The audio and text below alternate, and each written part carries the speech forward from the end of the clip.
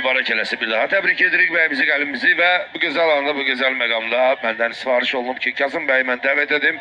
Bu gözəl musiqili meydanımıza eşitdiyimizə görə, yəni mənim şəxsi eşitdiyimə görə, klasik nəğmələrin peşəkar ustadıdır. Çox xoş gəlmişsiniz Kazım bəy. İnanıram ki, gözəl bir nəğmə ilə bizləri də feyziyab edəcəksiniz. Hər birinizə də nuş olsun deyirəm. Mikrofonu xahiş edirəm.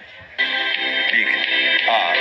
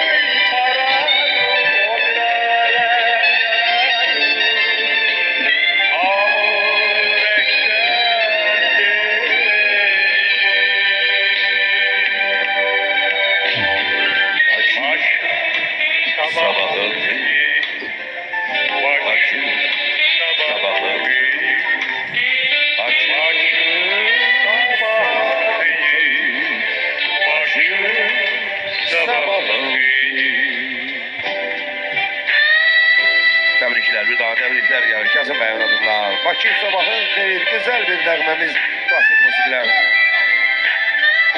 Доброе утро, Baku. Добрый вечер, Çelyabiz. Təşəkkür edirəm. Kazım bəy, var olasınız.